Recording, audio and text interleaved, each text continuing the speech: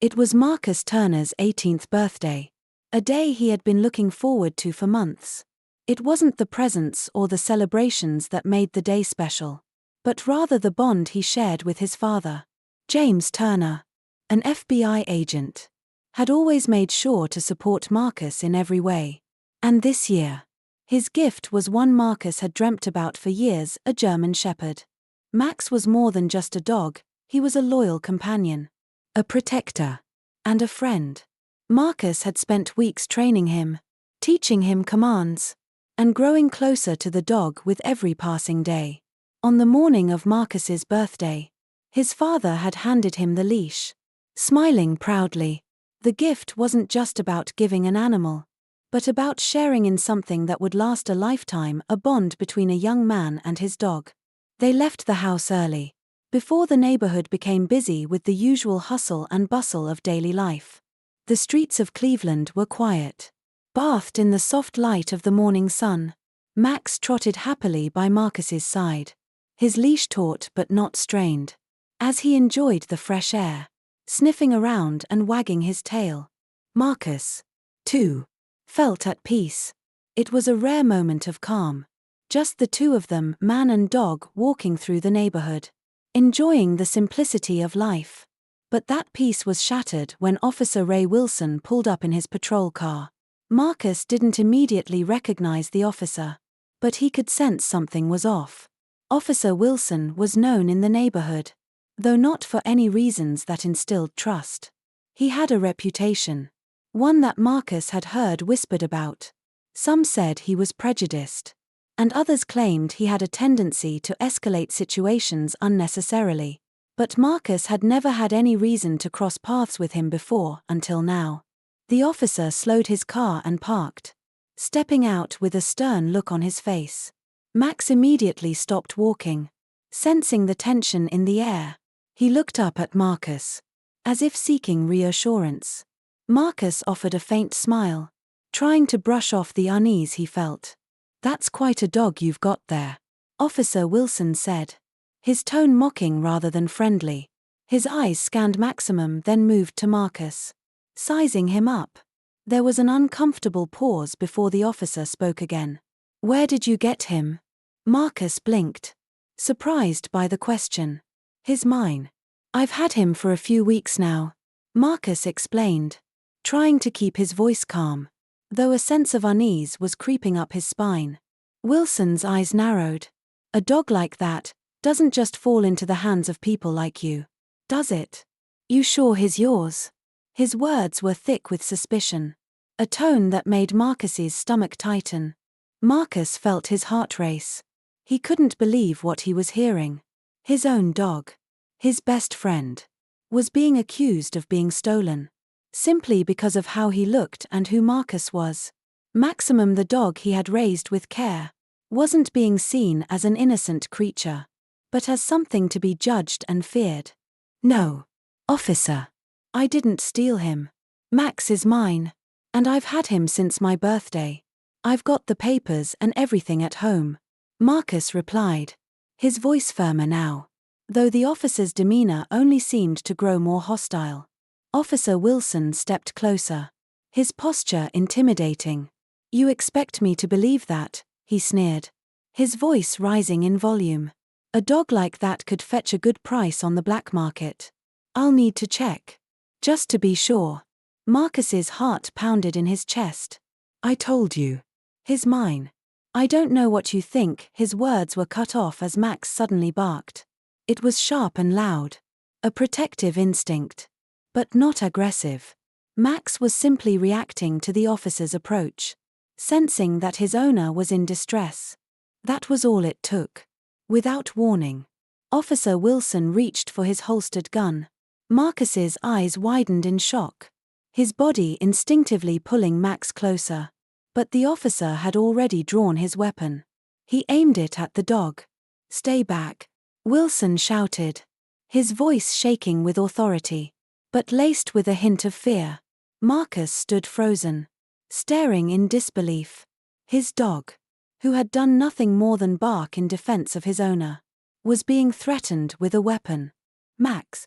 Marcus shouted, A desperate plea to calm his dog. But it was too late. The officer, terrified and quick to escalate the situation, pulled the trigger. The sound of the shot rang out, echoing through the quiet street.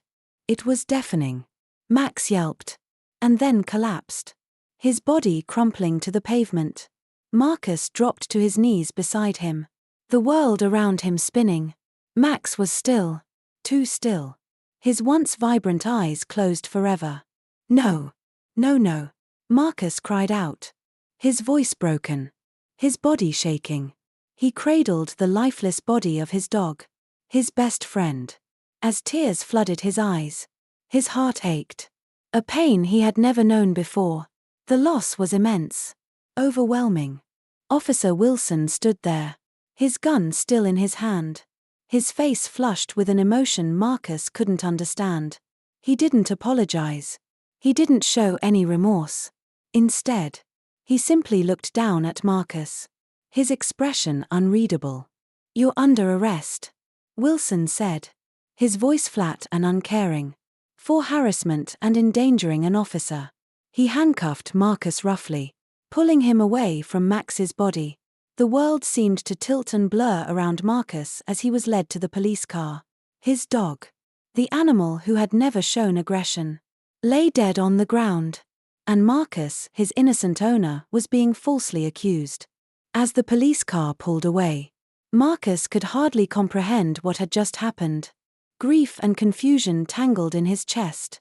Max was gone, and now he was being taken away too. The weight of the loss, the injustice, and the absurdity of it all was more than he could bear.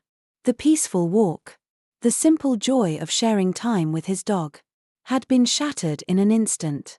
And what was left was a heartbroken young man, shackled by an unjust system, with no idea how to undo the wrong that had been done.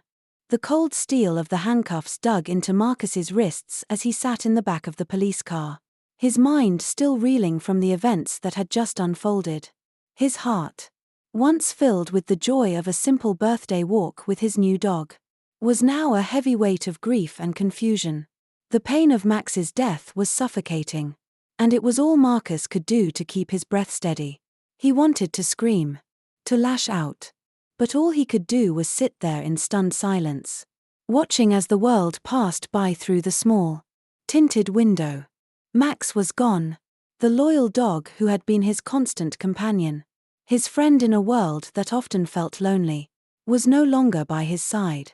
The memory of the shot, the horrific sound of it ringing through the quiet neighborhood, echoed in Marcus's mind. He had watched as Maximum, who had never once shown aggression, had fallen to the ground, lifeless, and he had been powerless to stop it. It was a nightmare, one that Marcus couldn't wake up from. His mind kept replaying the moment over and over, trying to make sense of it. What had he done wrong? He had only been walking his dog, minding his own business. But Officer Ray Wilson had seen something else, a threat. A reason to act out of fear. To draw his weapon on a situation that didn't call for it. The car turned sharply, and Marcus was jolted out of his thoughts. He looked up, his gaze meeting the officer's in the front seat. Wilson's face was hard, unreadable. But Marcus could see the tension in his posture, the way his hands gripped the steering wheel. It was clear that the officer was trying to justify his actions, trying to convince himself that what had happened wasn't a mistake. But Marcus knew better. The drive to the police station felt like an eternity. With every passing minute, his anxiety grew. But it was the feeling of injustice that burned the most. How could he be arrested for this? For the death of his dog? For something he had no control over? He had seen the fear in Max's eyes as the officer had pulled the trigger. He had seen the confusion in his dog's face as he had barked, only to be met with violence. Max hadn't deserved this. Neither had Marcus. When the police car finally pulled up to the station, Marcus was led inside without ceremony. His legs felt heavy, like they were made of lead. He had never been arrested before, never had any reason to fear the police, but now he was here, handcuffed and broken, and he had no idea what to expect next. The officers barely glanced at him as he was escorted into a small holding cell, the door slamming shut behind him with an almost final sound. Inside the cell, Marcus sank onto the cold bench, his head in his hands. His fingers trembled as they brushed through his hair, still trying to process everything. The world felt like it was closing in on him. He had been arrested for something he didn't do. And his dog was dead because of a mistake, no, an injustice that had been carried out by someone who should have been there to protect him. It wasn't supposed to be like this. Marcus's thoughts were interrupted by the sudden buzz of his phone. He reached into his pocket, his hand still shaking, and saw that his father had called. Without hesitation, he hit the call button. "Dad," he said, his voice thick with emotion. "I don't know what's going on.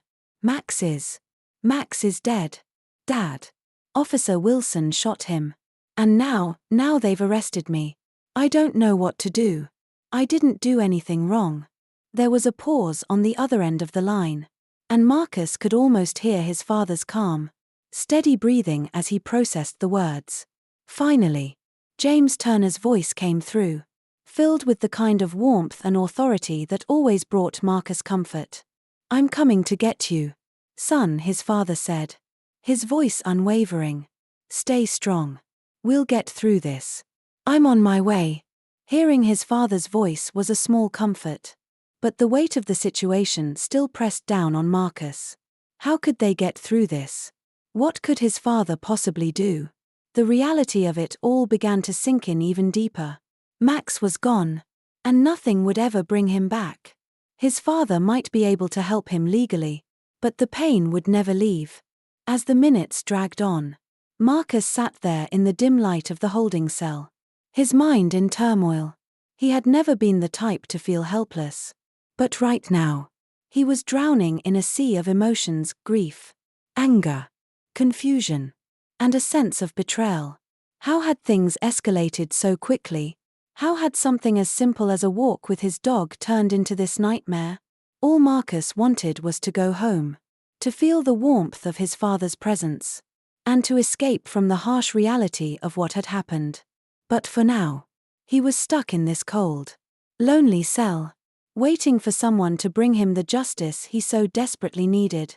The minutes seemed to stretch into hours as Marcus sat in the cold, sterile holding cell. Every sound in the station echoed through the hollow walls, amplifying his sense of isolation.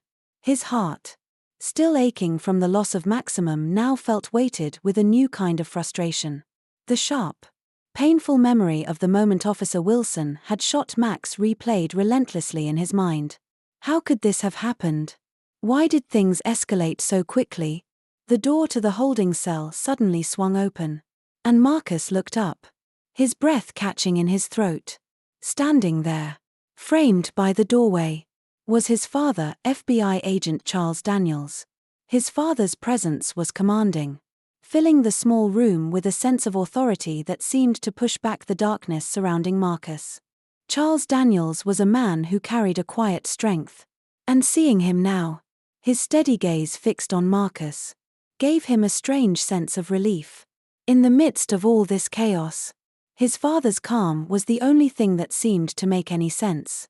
"Dad," Marcus's voice broke, a mix of grief and relief rushing to the surface. Charles didn't say anything at first. He simply walked into the cell and placed his hand on his son's shoulder, the gesture both comforting and firm.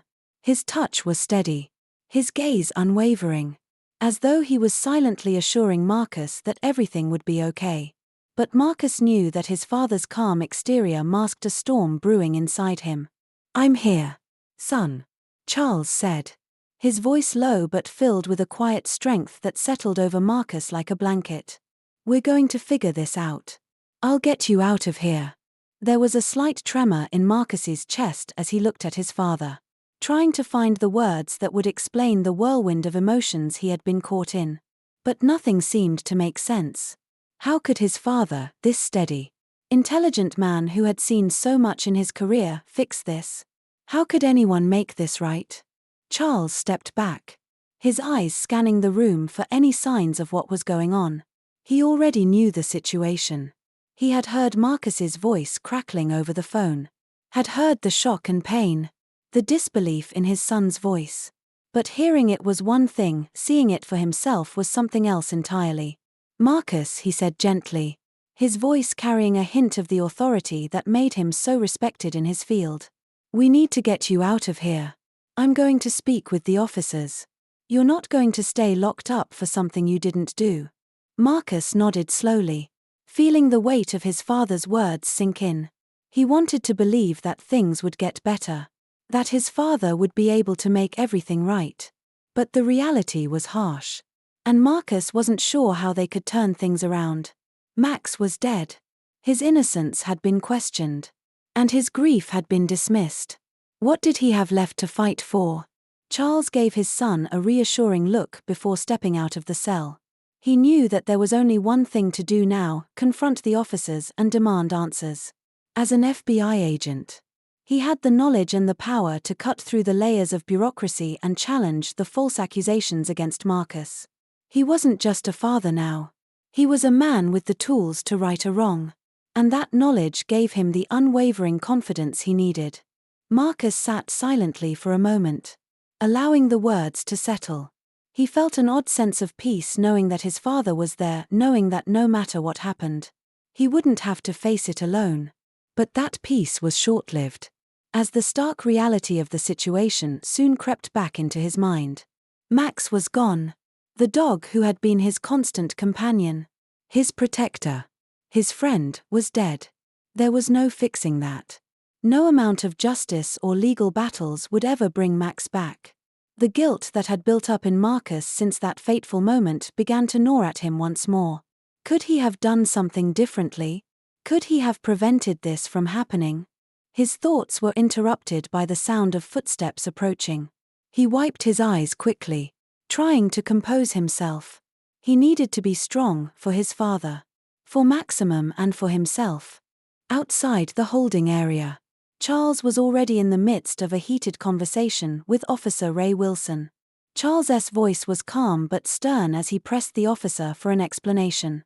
Every word, every gesture made it clear that Charles Daniels wasn't just going to sit back and let this injustice slide. Marcus knew that his father's experience with the law would serve him well in this moment. But the true power came not from his professional background, it came from the love he had for Marcus. And the fierce determination to protect his son at all costs.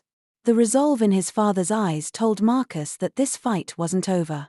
Not by a long shot. The room felt a little less cold. A little less empty now that his father was here. Marcus wasn't sure what the next few hours would bring. But for the first time in what felt like an eternity, he had hope. As Charles stepped into the dimly lit conference room, the tension in the air was palpable. Marcus's fate was being decided in this very room, and everything hinged on what would happen next. Captain Harris, Officer Wilson, and a few other officers were already present. Their expressions a mix of unease and indifference. The gravity of the situation was clear. But for the officers, it seemed more like a procedural inconvenience than a life-altering event. Charles, however, wasn't here to tolerate indifference. His eyes, cold and unyielding, swept across the room. His son, his grieving, innocent son, had been wronged. And in that moment, Charles Daniels was not just the father of Marcus, he was a man on a mission to see justice done. No matter how much resistance he would face. "Let's cut to the chase," Charles said, his voice steady but firm, leaving no room for further delay. He stood tall, his posture commanding respect. His presence alone seemed to shift the dynamics of the room. Captain Harris, who had been sitting with his hands folded in front of him, cleared his throat and nodded toward the large monitor on the far wall. "Fine," Captain Harris said, with a certain reluctance. "We'll play the footage. It's all here. This should clear things up." The grainy footage flickered to life.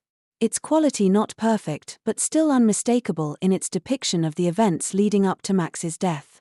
Charles didn't look away as the video began. His gaze laser-focused. It showed Marcus, walking calmly down the sidewalk with Max trotting peacefully beside him. There was nothing threatening about their demeanor. Nothing that would suggest any escalation. Marcus's posture was relaxed. As was Max's. The world seemed simple for those brief moments on screen, just a young man and his dog, enjoying a quiet walk. But then, Officer Wilson's cruiser appeared in the frame, pulling up beside them. Charles could already feel his pulse quicken. But he didn't let it show. He needed to remain calm.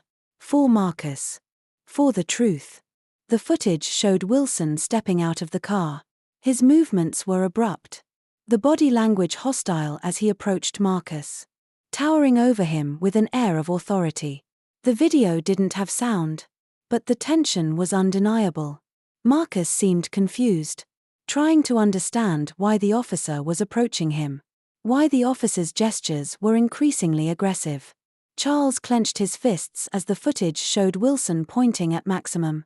He could see Marcus's face even in the low-resolution footage, wide-eyed, trying to comprehend the sudden confrontation. Maximum, ever loyal, stood by his side, his tail wagging slightly, confused but not aggressive. Charles knew, even before he saw the next moments, that Max had been trying to protect Marcus. Then, the moment everything changed, Marcus crouched slightly, likely giving Max a command. The dog barked, a quick, obedient sound. A normal, non-threatening action from a well-trained dog. But to Officer Wilson, that bark seemed to signal danger. The officer's hand moved to his holstered weapon. Charles's breath hitched in his chest as he watched. As if time slowed down. Max began to bark more, but his movements were restrained. Still not aggressive. He stayed on the leash. His body language defensive but not attacking. Charles could see the dog trying to protect his owner, responding to the fear that Marcus must have been feeling at that moment. Then, the gunshot. The soundless video captured the moment in heartbreaking detail, the exact moment when Officer Wilson fired his weapon, taking Max's life. The footage froze on the image of Marcus, dropping to his knees, cradling the lifeless form of his dog. His face, even in the low resolution, was filled with grief, his world shattered in an instant. Charles felt the sharp sting of anger and helplessness as he watched his son's pain unfold on the screen. It was all there, the truth, the injustice, the reckless escalation. He knew there could be no denying it now. The officers in the room shifted uncomfortably, but no one spoke. The silence seemed to hang heavy over them. Finally, Captain Harris broke the stillness. His voice quiet but firm. "Does this match the story you gave me earlier, Officer Wilson?" The question was like a punch to the gut. Officer Wilson, who had stood so confidently earlier, now looked visibly uncomfortable. His bravado was gone, replaced with unease as he opened his mouth to explain but faltered. I thought the dog was going to attack," Wilson mumbled, his voice lacking conviction. Charles took a step forward, his gaze unflinching. "Your story doesn't match the truth," he said, each word cold and measured. "My son was walking his dog. He was minding his own business. And you," Charles paused, his fists clenched at his sides. "You profiled him. You escalated a peaceful situation. You drew your weapon without cause. And you killed an innocent animal in front of my son." The room remained silent. Charles turned his gaze to Captain Harris, who was now looking uncomfortable, torn between duty and his responsibility to uphold the law. "What are you going to do about this, Captain Harris?" Charles demanded. His voice was like ice, calm, controlled, but unyielding. This officer's actions were reckless and unjust. Captain Harris swallowed hard, his face pale. He turned toward Officer Wilson, his voice stern. "Officer Wilson," he said, his words carrying a weight that none in the room could ignore. "You are relieved of duty, effective immediately. You are suspended without pay pending a full investigation." The words landed like a thunderclap. Officer Wilson stood frozen. His face drained of color as he processed the consequences of his actions. But Charles wasn't finished. "I'll be filing a formal complaint for misconduct," Charles added, his voice cutting through the tension. "My son will not carry the weight of your mistakes." As he turned to leave, the room was silent, no one dared to speak. The truth had been revealed, and Officer Wilson's future hung in the balance. Charles knew it was only the beginning. There would be more battles ahead.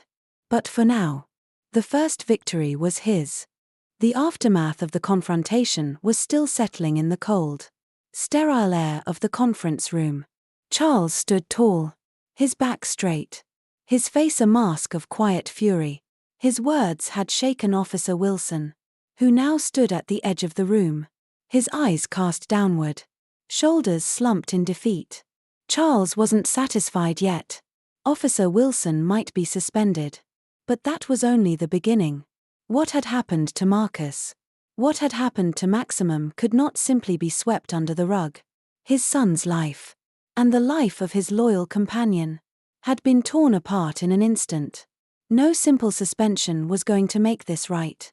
Captain Harris, still visibly uncomfortable after the public reprimand of his officer, shifted in his chair, his hands clasped in front of him. The room was still heavy with tension, the silence almost suffocating. But Charles refused to let the quiet give way to complacency. Captain Harris cleared his throat, breaking the stillness. "We'll fully cooperate with your complaint, Agent Daniels," he said quietly, his voice betraying the strain of the moment. "But it's going to take time. The investigation needs to be thorough." Charles's eyes didn't soften, his gaze hard and unwavering. "I'm not waiting for the system to decide what's right. My son was wrongfully arrested. And Max was murdered for no reason.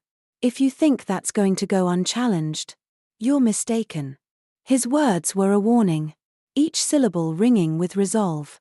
The officers in the room remained still, avoiding eye contact, too uncomfortable to confront the reality of their colleagues' actions. Charles knew this fight was far from over.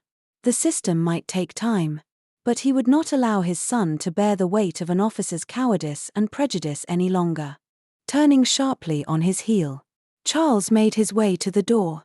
He paused for a brief moment before stepping into the hallway, where Marcus sat waiting. His son's face, though weary and still marked by grief, seemed to soften slightly at the sight of his father. The tension that had hung between them for the past few hours, perhaps even longer, seemed to dissipate just a little. Marcus looked up at his father, his eyes red from the tears that had fallen earlier. The pain was still raw, but there was a flicker of something else, something like relief. It wasn't over yet. Not by a long shot. But the truth had started to come out. His father, FBI agent Charles Daniels, wasn't the type to back down from a fight. And that was exactly what Marcus needed now. Someone who wouldn't let injustice slide. Someone who would stand up for what was right, even in the face of overwhelming adversity. Charles placed a firm hand on Marcus's shoulder, offering a quiet gesture of support. "We're not done yet," he said softly, his voice steady but filled with the weight of everything that had passed. "But we're getting there. And you're not alone in this." Marcus nodded, trying to pull himself together. He could feel his father's unwavering support. But the ache in his chest was unrelenting. Max was gone, and no amount of justice could bring him back. But the knowledge that his father was fighting for him, for the truth, brought a tiny spark of hope amid the overwhelming grief. "I know, Dad," Marcus replied quietly, his voice thick with emotion. "But I wish things could have been different. I never wanted any of this to happen." Charles sighed, his expression softening just for a moment. "Sometimes, Marcus, the world isn't fair.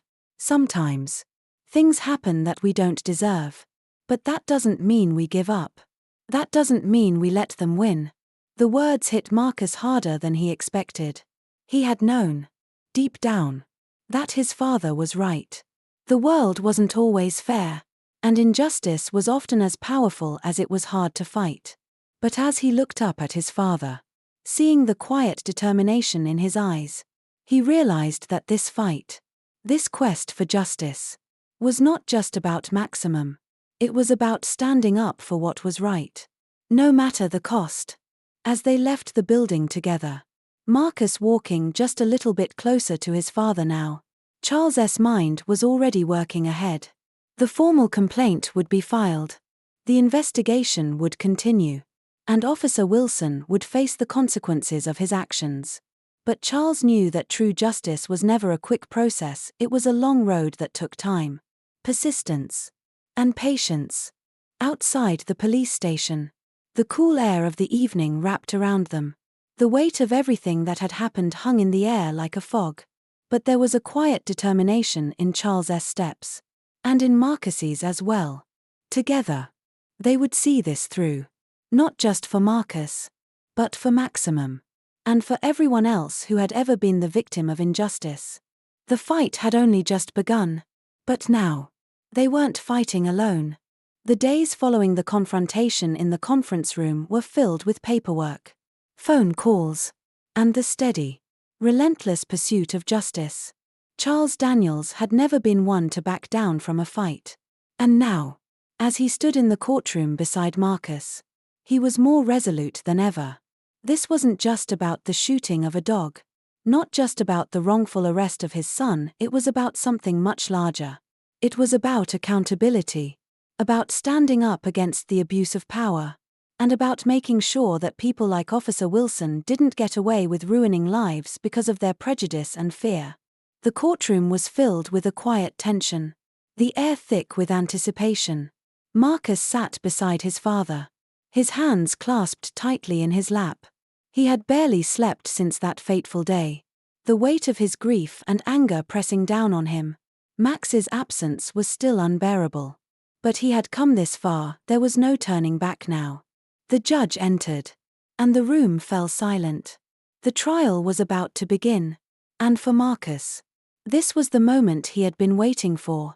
He wasn't just fighting for his own freedom anymore. He was fighting for Maximum, for the truth. And for every person who had ever been the victim of unjust authority. Charles, ever the professional, kept his emotions in check. But his mind was racing. He had witnessed firsthand the lengths to which Officer Wilson had gone to protect his own ego and his own misconceptions. The CCTV footage. The testimonies from witnesses.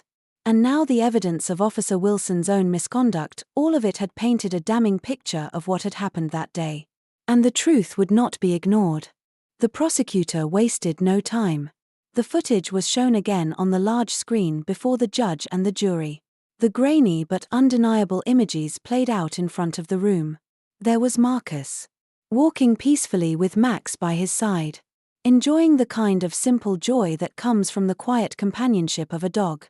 Then came Officer Wilson, pulling up in his cruiser, his posture hostile as he approached Marcus.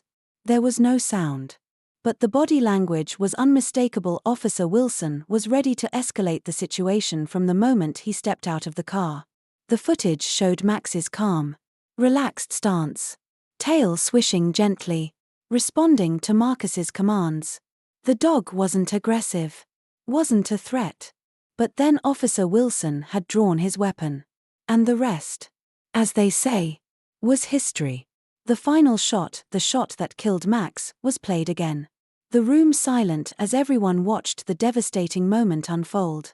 Marcus's reaction, the grief that was so apparent even in the grainy footage, left no room for doubt. Charles sat with his jaw clenched, his eyes never leaving the screen. He had seen it all before. But watching it again, seeing the image of Max collapsing to the ground, was a pain that cut even deeper. His son had been wronged in the most unimaginable way. And now, there was no turning back. Justice had to be served. As the footage ended, the room remained still. The weight of what had just been shown hung heavily in the air. The prosecution moved forward, calling witnesses who described the events they had seen that day. Charles took the stand, recounting the call from Marcus, the fear in his son's voice, and the anger he had felt when he arrived at the station. Each word he spoke brought the truth closer to light, dismantling the story that Officer Wilson had tried to create to justify his actions.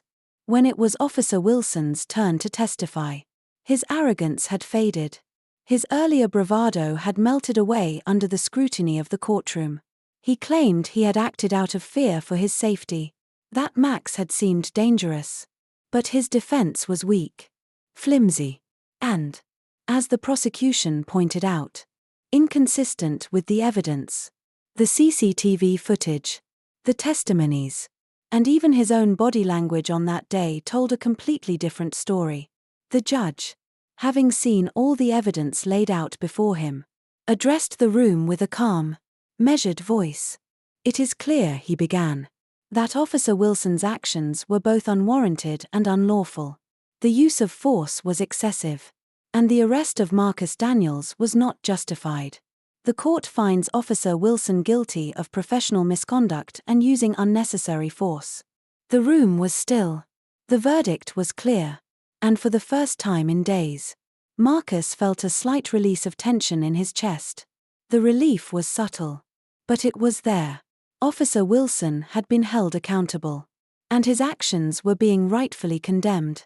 "Marcus Daniels's arrest is hereby declared unlawful," the judge continued.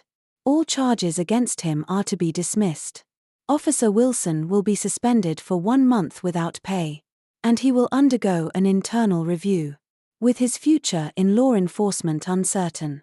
The gavel fell, and the courtroom was filled with the faint murmur of people processing what had just occurred. Charles stood, his hand gently resting on Marcus's shoulder. It wasn't over, there was still so much to heal, so much grief to face, but the battle for justice had been won. The truth had prevailed. Outside the courtroom, the media descended upon them, flashing cameras and shouting questions. But Charles didn't answer. Instead, he kept his eyes on his son, his focus solely on him. Marcus walked with a steadiness that came from knowing the truth had been laid bare. But still, he felt the emptiness in his chest. Max was gone. That void couldn't be filled. But as they walked away, side by side, Charles's voice was a quiet anchor. "We made sure they couldn't bury the truth, son. And that matters more than anything." Marcus nodded, the weight of his father's words settling deep within him. They had done something important together. They had stood for what was right.